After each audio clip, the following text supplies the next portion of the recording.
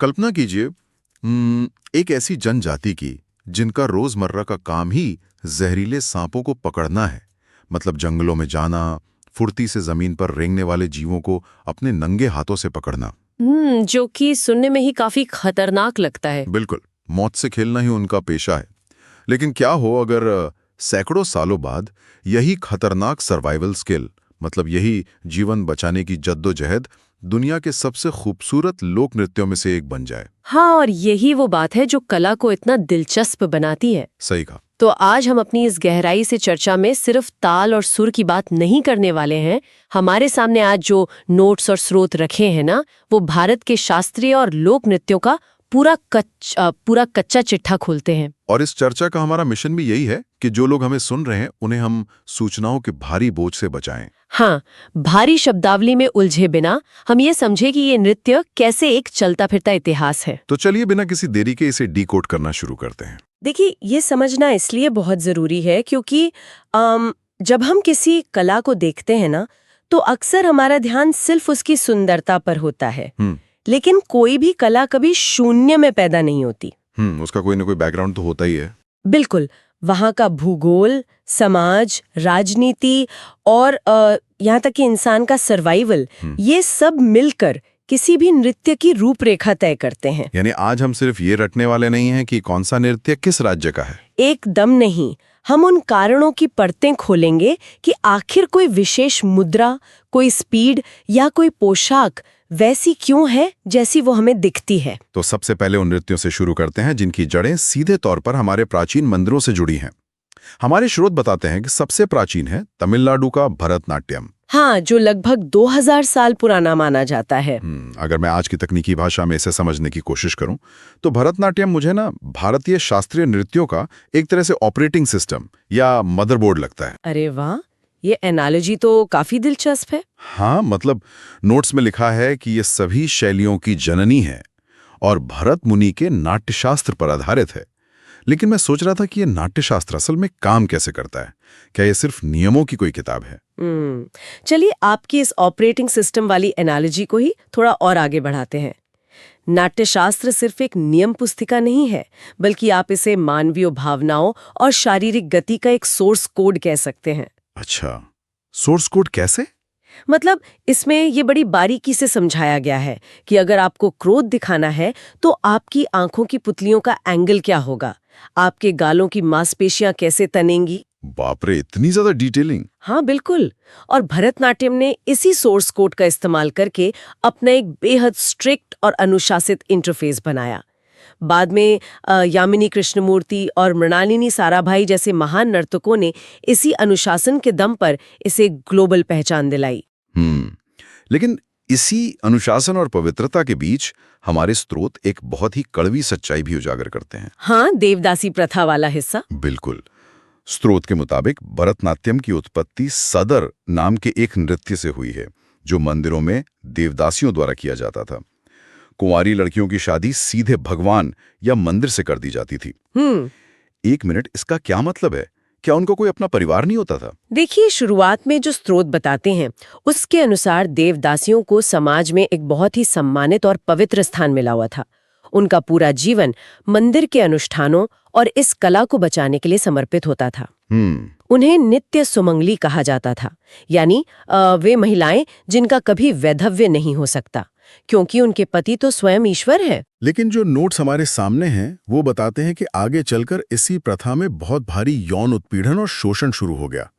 और इसका जिक्र सिर्फ आज की किताबों में नहीं बल्कि मत्स्य पुराण, विष्णु पुराण और कौटिल्य के अर्थशास्त्र तक में मिलता है। हाँ, ये एक बहुत ही डार्क पहलू है हमारे इतिहास का। मुझे तो ये समझना बहुत मुश्किल लग रहा है कि एक तरफ तो आप कला को ईश्वर तक पहुंचने का रास्ता बता रहे हैं और दूसरी तरफ उसी कला को जिंदा रखने वाली महिलाओं का इतना गहरा शोषण हो रहा है। इतिहास की यही वो परत है जिसे हमें बहुत निष्पक्ष होकर देखना चाहिए।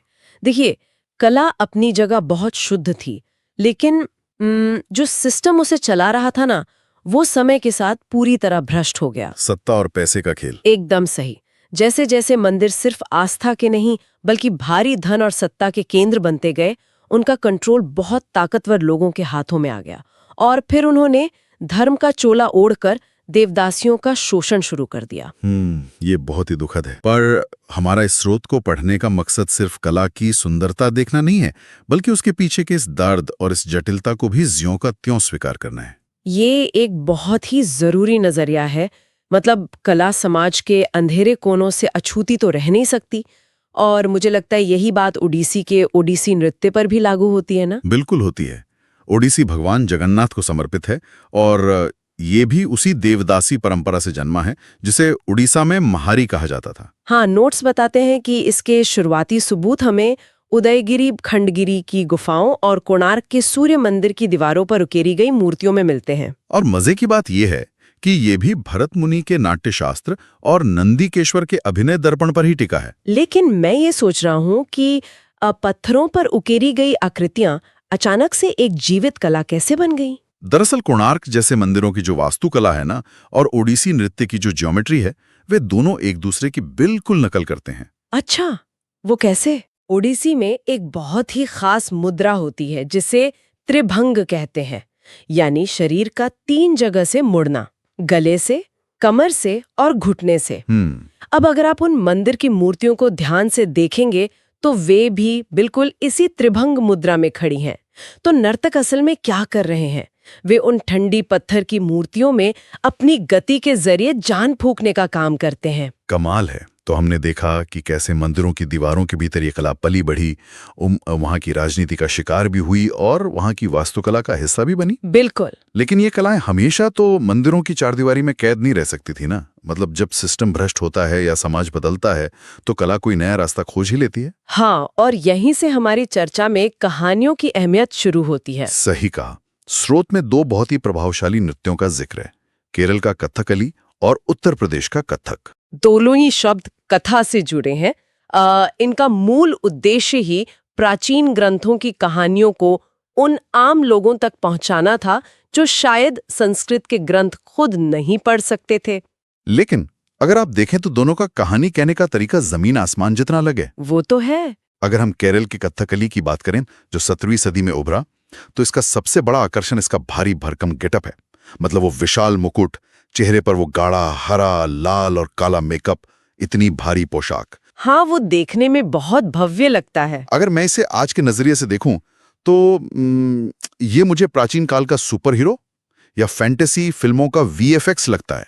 देवताओं और राक्षसों को साक्षात मंच पर उतार देना। VFX? ये तुलना तो बहुत अलग है। लेकिन मेरा एक सवाल है, अगर कथकली में इतना ज्यादा मेकअप और नाटक है तो क्या इसे सिर्फ एक मूक नाटक नहीं कहना चाहिए? हम इसे शुद्ध रूप से नृत्य क्यों मानते हैं? मैं समझ सकती हूँ कि आप इसे VFX क्यों कह रहे हैं, लेकिन मैं कहूंगी कि ये VFX के बिल्कुल उलट है। वो कैसे? देखिए, VFX एकदम कृत्रिम होता है, वो कंप्यूटर पर बनता है, लेकिन कथकली विशुद्ध मानवीय सहन शक्ति की पराकाष्ठा है। इसमें आमतौर पर सिर्फ पुरुष ही सारे रोल निभाते हैं और वे अपने चेहरे को एक कैनवस की तरह इस्तेमाल करते हैं। इसे सिर्फ मूक नाटक कहना, इसके तकनीकी पक्ष को नजरअंदाज करना होगा। तकनीकी पक्ष से आपका मतलब क्या है यहाँ पर? कथकली में कलाकार के चेहरे की एक एक मांसपेशी ना संगीत के ताल से बंधी होती है। आपको पता है, क्रोध दिखाने के लिए वे अपनी आंखों में एक खास तरह का बीज डालते हैं जिसे चुंडापूव कहते हैं। क्या आंखों में बीज डालते हैं? हाँ, जिससे उनकी आंखें एकदम लाल हो जाती हैं। उनकी भौहों का फड़कना, गालों का कांपना, ये सब एक बहुत ही सख्त ताल के अनुशासन में होता है। बाप रे! ये सिर्फ अभिनय नहीं है, ये एक इतनी जटिल शास्त्रीय लय है जिसे सीखने में ही एक नर्तक को 10 से 12 साल लग जाते हैं। 12 साल सिर्फ अपने चेहरे की मांसपेशियों पर नियंत्रण पाने के लिए? जी हाँ। यानी जो कहानी शब्दों से नहीं कही जा रही है, वो शरीर की हर एक हरकत और संगीत के सटीक मेल से कही जा रही है। बिल्कुल सटीक कहा आपने। और इसी के समानांतर अगर हम उत्तर प्रदेश के कथक को देखें तो उसका सफर बहुत ही अलग रहा है। हाँ, स्रोत के मुताबिक कथा कहने वाले ब्राह्मणों से शुरू होकर यह नृत्य गांवों और मंदिरों से निकला और फिर मुगलों और नवाबों के दरबार तक पहुंच गया। हाँ, और स्रोत में कथक को लेकर एक बहुत ही खास बात लिखी है। ये एकमात्र ऐसा शास्त्रीय नृत्य है जो हिंदुस्तानी यानी उत्तर भारतीय शास्त्रीय संगीत से जुड़ा हुआ है। और भगवान कृष्ण की कहानियों से गहराई से जुड़े होने के कारण इसे नटवरी नृत्य भी कहते हैं ना? हाँ, बिल्कुल। और लखनऊ घराने के ईश्वरी प्रसाद को इसका जनक माना जाता है। लेकिन यहाँ नोट्स में जयपुर, रायगढ़ और बनारस जैसे अलग अलग घरानों का भी जिक्र है। ये घराने का कॉन्सेप्ट क्या है? क्या हर घराने का नृत्य देखने में अलग लगता है? हाँ, बिल्कुल अलग दिखता है, और इसके पीछे भी सीधे तौर पर वहाँ की राजनीति और सत्ता का ही हाथ है। अच्छा, राजनीति कैसे? उदाहरण के लिए जयपुर घराना राजपूत राजाओं के संरक्षण में पनपा। अब राजपूताना एक मार्शल यानी युद्धप्रिय संस्कृति थी। इसलिए जयपुर घराने के कथक में आपको बहुत तेज फुटवर्क मिलेगा, बहुत आक्रामकता और अनगिनत तेज चक्कर देखने को मिलेंगे। समझ गया। तो लखनऊ घराने में क्या अलग था? दूसरी तरफ लखनऊ घराना अवध के नवाब वाजिद अली शाह के दरबार में फला फूला। अब वहाँ कला, शायरी और नजाकत का माहौल था। हाँ, अवध की तो नजाकत मशहूर है। बिल्कुल। इसलिए लखनऊ घराने में पैरों की तेज गति से ज्यादा भाव पर, रोमांस और काव्य पर जोर दिया जाता है। बिरजू महाराज और सितारा देवी जैसे कलाकारों ने इसी कला को नई ऊंचाइयों तक पहुंचाया था। यानी जिसने पैसा दिया, जिसने संरक्षण दिया, कला ने उसी का मिजाज अपना लिया। एकदम सही। चलिए, गति और मिजाज की बात निकली है तो हमारे स्रोत में गति या स्पीड को लेके एक बहुत ही दिलचस्प कॉन्ट्रडिक्शन देखने को मिलता है। वो कैसे? अभी हमने कथकली और जयपुर घराने के आक्रामक और ऊर्जावान रूप की बात की, लेकिन जब हम केरल के ही एक और शास्त्रीय नृत्य मोहिनी अट्टम की तरफ देखते हैं तो सब कुछ एकदम शांत हो जाता है। स्रोत कहता है कि मोहिनी अट्टम लास्य से प्रेरित है। अब जो लोग हमें सुन रहे हैं उनके लिए इस लास्य को थोड़ा आसान भाषा में डिकोड करें। क्या ये सिर्फ धीरे धीरे हिलना है? नहीं, लास्य सिर्फ स्पीड के धीमे होने का नाम नहीं है। ये गति के भौतिक विज्ञान से जुड़ा है, जिसे हम फिजिक्स ऑफ मूवमेंट कह सकते हैं। फिजिक्स से? हाँ, तांडव या आक्रामक नृत्यों में शरीर के जो एंगल होते हैं ना, वे बहुत नुकीले और प्रहार करने वाले होते हैं, जैसे पैर को जोर से जमीन पर पटकना। हाँ, जैसे हमने बात की थी। इसके विपरीत लास्य का तकनीकी अर्थ है कि शरीर की किसी भी गति में कोई रुकावट या झटका नहीं होगा। कोई जर्क नहीं होगा। बिल्कुल, सब कुछ एक निरंतर बहती हुई रेखा या लूप में होगा, जैसे पानी बह रहा हो या हवा में कोई पत्ता धीरे धीरे गिर रहा हो। मोहिनी अट्टम में सफेद और सुनहरे रंग के कपड़ों के साथ जो समर्पण दिखाया जाता है वो इसी लास्य पर टिका है। क्या बात है। और मुझे लगता है ऐसा ही कुछ स्लो मोशन प्रभाव मणिपुर के मणिपुरी नृत्य में भी देखने को मिलता है। हाँ, झावेरी सिस्टर्स का नाम इस शैली में बहुत प्रमुखता से आता है। नोट्स में लिखा है कि इसमें नर्तक इतनी धीमी गति से मुड़ते हैं कि लगता है जैसे समय ही रुक गया हो। ऐसा क्यों होता है? क्योंकि मणिपुरी नृत्य मुख्य रूप से हिंदू वैष्णव संप्रदाय और राधा कृष्ण के प्रेम पर आधारित है। उनकी दार्शनिक मान्यता ये है कि ईश्वर की भक्ति में कोई शोर या आक्रामकता नहीं होनी चाहिए। एकदम शांति होनी चाहिए। हाँ, नर्तक के चेहरे पर कोई तनाव नहीं दिखना चाहिए। वे लोग जमीन पर अपनी एड़ी नहीं पटकते, बल्कि पंजों के बल बहुत कोमलता से चलते हैं ताकि धरती को भी कोई चोट न पहुंचे। वाह, धरती को चोट ना पहुंचे, ये कितना खूबसूरत विचार है। और आध्यात्मिकता के इसी बात पर स्रोत में असम के सत्रिय नृत्य के बारे में एक जानकारी है जिसने मुझे थोड़ा सा उलझा दिया है। अच्छा, ऐसा क्या है उसमें? देखिए, नोट्स कहते हैं कि पारंपरिक रूप से ये बौद्ध मठों में बौद्ध भिक्षुओं द्वारा अपने दैनिक अनुष्ठानों के लिए किया जाता था। लेकिन उसी पैराग्राफ में ये भी लिखा है कि ये भगवान विष्णु की पौराणिक कथाओं पर आधारित है और 15वीं शताब्दी में संत महापुरुष श्रीमंत शंकर देव ने इसकी स्थापना की थी। हाँ, तो मैं सोच रहा था, एक तरफ बौद्ध भिक्षु और दूसरी तरफ भगवान विष्णु, ये कैसा फ्यूजन है? यहाँ स्रोत के शब्दों को उनके ऐतिहासिक संदर्भ में समझना बहुत जरूरी है। अच्छा, देखिए, जब हम मठों या भिक्षुओं की बात करते हैं ना, तो हमारे दिमाग में तुरंत बौद्ध धर्म आ जाता है। लेकिन असम में 15वीं शताब्दी में श्रीमंत शंकर देव ने जिस नव वैष्णव आंदोलन की शुरुआत की थी, उसमें भी उन्होंने प्रार्थना और कला के लिए जो केंद्र बनाए थे उन्हें सत्र कहा जाता था। ओहो, तो वो बौद्ध मठ नहीं थे? जी नहीं, इन सत्रों में रहने वाले भक्त एक तरह से सन्यासी या भिक्षु का ही जीवन जीते थे। सत्रिया नृत्य उसी वैष्णव सत्र परंपरा की दैनिक पूजा का हिस्सा था। आप समझा। तो ये कोई बौद्ध और हिंदू धर्म का फ्यूजन नहीं है, बल्कि ये वैष्णव धर्म के भीतर ही एक मठवासी परंपरा है। और दिलचस्प बात यह है कि इसे साल 2000 में जाकर शास्त्रीय नृत्य का आधिकारिक दर्जा मिला। मैं समझ गया। और आंध्र प्रदेश का कुचिपुड़ी भी तो कुछ इसी तरह एक गांव से निकला है ना, जो कुचलुपुरम गांव के नाम पर पड़ा और भागवत कथाओं पर आधारित है। बिल्कुल। तो ये सभी शास्त्रीय नृत्य, चाहे वे कहीं से भी निकले हों, एक बहुत ही कड़े अनुशासन और व्याकरण में बंधे हैं। लेकिन अब हम अपनी इस चर्चा को उन नृत्यों की तरफ मोड़ते हैं जहां कोई लिखित शास्त्र नहीं है, कोई नियम पुस्तिका नहीं है। आप लोक नृत्यों की बात कर रहे हैं? हाँ, लोक नृत्यों और मार्शल आर्ट पर आधारित नृत्यों की। ये वो नृत्य हैं जो महलों या मंदिरों में नहीं, बल्कि खेतों में, जंगलों में और आम लोगों के सर्वाइवल के संघर्ष से निकले हैं। एकदम सही कहा आपने।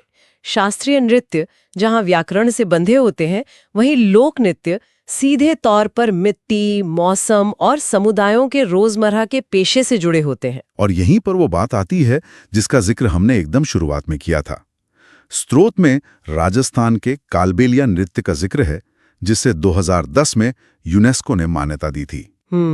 कालबेलिया जनजाति प्राचीन काल में सांप पकड़ने का काम करती थी।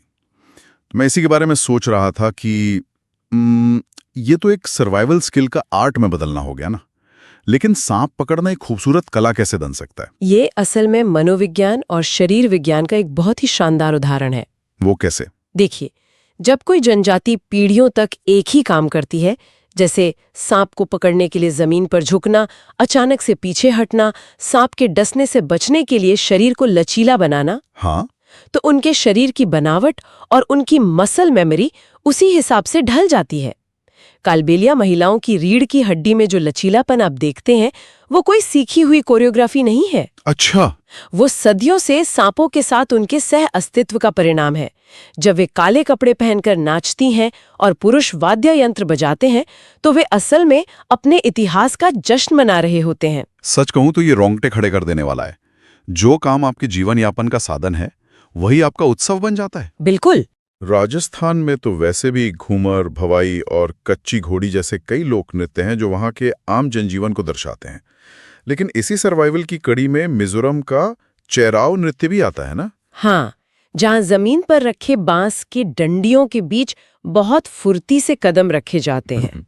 और मार्शल आर्ट पर आधारित नृत्यों का भी तो यही सच है। स्रोत में उत्तराखंड के कुमाऊं क्षेत्र के छोलिया नृत्य का जिक्र है और छऊ नृत्य का भी उल्लेख है, जिसके 3 अलग-अलग रूप हैं। हाँ, पश्चिम बंगाल के पुरुलिया में, उड़ीसा के मयूरभंज में और झारखंड के सरायकेला में। लेकिन एक्सपर्ट, एक बात बताइए। जी पूछिए। मार्शल आर्ट तो दुश्मनों को मारने और युद्ध के लिए होता है ना, वो ढोल नगाड़ों के साथ मनोरंजन का साधन कैसे बन गया? क्योंकि युद्ध हर रोज तो नहीं लड़े जाते ना। वो तो है।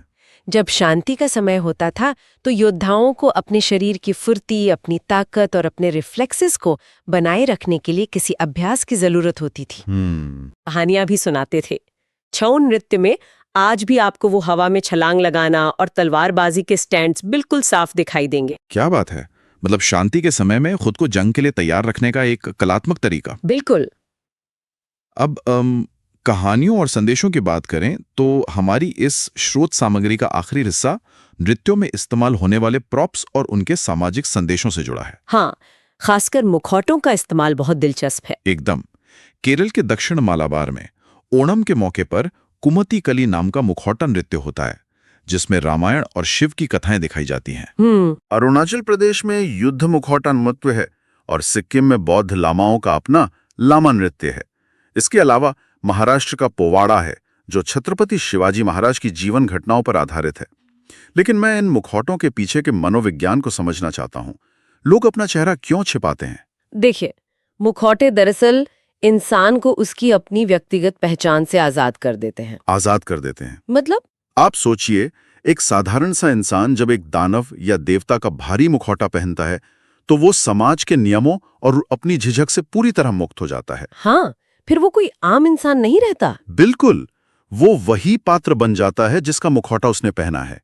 ये दर्शकों को भी एक सम्मोहन की स्थिति में ले जाने का तरीका है, जहां वे कलाकार को नहीं बल्कि साक्षात उस मिथक को देख रहे होते हैं। और मुझे लगता है शायद यही आजादी समाज को आईना दिखाने के भी काम आती है। हाँ, वो कैसे? स्रोत में कश्मीर के भांड पाथेर का जिक्र है। नोट्स बताते हैं कि ये समाज में प्रचलित सामान्य जीवन, परंपराओं और खासकर बुराइयों को दर्शाता है। राजतरंगिणी जैसे प्राचीन ग्रंथ में भी इसका उल्लेख है। अगर मैं इसे आज के संदर्भ में देखूं, तो क्या भांड पाथेर उस समय का स्टैंड अप कॉमेडी या सोशल मीडिया सटायर नहीं है? ये बहुत ही सटीक तुलना है। भांड पाथेर वास्तव में व्यंग्य और हास्य का एक बहुत शक्तिशाली हथियार रहा है। सच में? हाँ, इतिहास गवाह है कि जब आप सत्ता या शक्तिशाली लोगों का सीधा विरोध नहीं कर सकते, तो आप हास्य का सहारा लेते हैं। हाँ, हंसते हंसते अपनी बात कह देना। एकदम। भांड पाथेर के कलाकार राजाओं और सामंतों की बुराइयों को, समाज के पाखंड को हंसी मजाक के आवरण में लपेटकर मंच पर पेश करते थे। ये अभिव्यक्ति की स्वतंत्रता का एक प्राचीन और बहुत ही चतुर रूप था। हंसी के पीछे छिपकर सच बोलना। ये कला हमेशा से कितनी प्रासंगिक रही है। इसके अलावा भी हमारे पास स्रोत में कुछ अनोखी परंपराओं का जिक्र है। हाँ, जो दिखाते हैं कि कला कैसे लोगों को एक साथ लाती है। बिल्कुल। लक्षद्वीप के मिनिकॉय द्वीप का लावा नृत्य देखिए, जहां पुरुष ढोल के साथ पंक्ति बनाकर नाचते हैं। झारखंड का बिरहोर और कलश नृत्य है, जहां महिलाएं सिर पर मिच्ची का कलश रखकर संतुलन का अद्भुत प्रदर्शन करती हैं। और मेघालय का लाहू नृत्य, जहां लड़के और लड़कियां एक साथ मिलकर जश्न मनाते हैं। इन नृत्यों में कोई भारी शास्त्र नहीं है, बस एक साथ होने की खुशी है। और यही खुशी, यही संतुलन और यही एकजुटता भारत की विविधता की असली तस्वीर है। पहाड़ों से लेकर रेगिस्तान तक और घाटियों से लेकर समुद्र के किनारे तक, जैसे जैसे भूगोल बदलता है, लोगों की चुनौतियां बदलती हैं। हाँ। और उसी के साथ उनके नृत्य का रंग और मिजाज भी पूरी तरह बदल जाता है। तो जो लोग हमें सुन रहे हैं, अगर हम आज की इस पूरी चर्चा का सार निकालें, तो ये स्पष्ट है कि आज हमने जो भी नोट्स और स्रोत खंगाले हैं, वे साबित करते हैं कि भारत के नृत्य केवल स्टेज पर होने वाला कोई परफॉर्मेंस नहीं है। बिल्कुल नहीं। ये मानव अनुभव, धर्म, राजनीति, शोषण, सर्वाइवल और खुशी का एक बहुत विशाल एनसाइक्लोपीडिया है। देवदासियों के शोषण और उनकी कला की पवित्रता से लेकर कालबेलिया जनजाति की मसल मेमोरी तक, कथकली के 12 साल के कड़े अनुशासन से लेके भांड पथेर के तीखे व्यंग्य तक, हर नृत्य एक खुला हुआ दस्तावेज है। बस हमें उसे पढ़ना आना चाहिए। बिल्कुल सही कहा। और इस चर्चा के अंत में मैं उस विचार को थोड़ा और आगे ले जाना चाहती हूँ जो हमने कालबेलिया जनजाति के बारे में बात की थी। हाँ, बताइए। हमने देखा कि कैसे सांप पकड़ने के उनके रोजमर्रा के तरीके और उनके सर्वाइवल स्किल ने एक बेहतरीन लोक नृत्य को जन्म दिया। जो उनकी जिंदगी की सच्चाई थी, वही उनकी कला बन गई। तो जरा सोचिए, आज 21वीं सदी में हमारी जीवन शैली क्या है? हम पूरी तरह से स्मार्टफोन और लैपटॉप के इर्द गिर्द घूमते हैं। हाँ, वो तो है। हम पूरा दिन स्क्रीन पर उंगलियां चलाते हैं, कीबोर्ड पर टाइप करते हैं, एक खास पोस्चर में आगे की तरफ झुककर बैठे रहते हैं। बिल्कुल। अगर आज से 500 साल बाद हमारी आज की इस डिजिटल जीवन शैली और इन हरकतों पर कोई नया लोक नृत्य विकसित होता है, तो उसके स्टेप्स और शारीरिक मुद्राएं कैसी दिखेंगी? बाप रे! क्या कीबोर्ड पर उंगलियों का टैप करना भविष्य की कोई नई ताल बन जाएगा? क्या हमारी गर्दन का वो स्क्रीन की तरफ झुकाव भविष्य का नया लास्य होगा? उफ, ये ख्याल तो वाकई दिमाग हिला देने वाला है। भविष्य का स्मार्टफोन बैले या कीबोर्ड नृत्य। 500 साल बाद के लोग शायद उसे देखकर हमारे आज के डिजिटल संघर्षों और सर्वाइवल का अंदाजा लगाएं। हाँ, बिल्कुल ऐसा हो सकता है। जो लोग हमें सुन रहे हैं, वो भी इस तस्वीर को अपने दिमाग में बनाकर जरूर देखें। कला हमेशा हमारे सच को कैद कर लेती है, भले ही हमें उसका एहसास हो या ना हो। इसी दिलचस्प और थोड़े से अजीब ख्याल के साथ हम आज की इस गहराई से चर्चा को यहीं विराम देते हैं। अपने आसपास की कलाओं के पीछे का इतिहास ऐसे ही खंगालते रहिए, सवाल पूछते रहिए और उनके पीछे छिपे विज्ञान को समझने की कोशिश करते रहिए। जल्दी मिलेंगे एक नए विषय और नए नजरिए के साथ।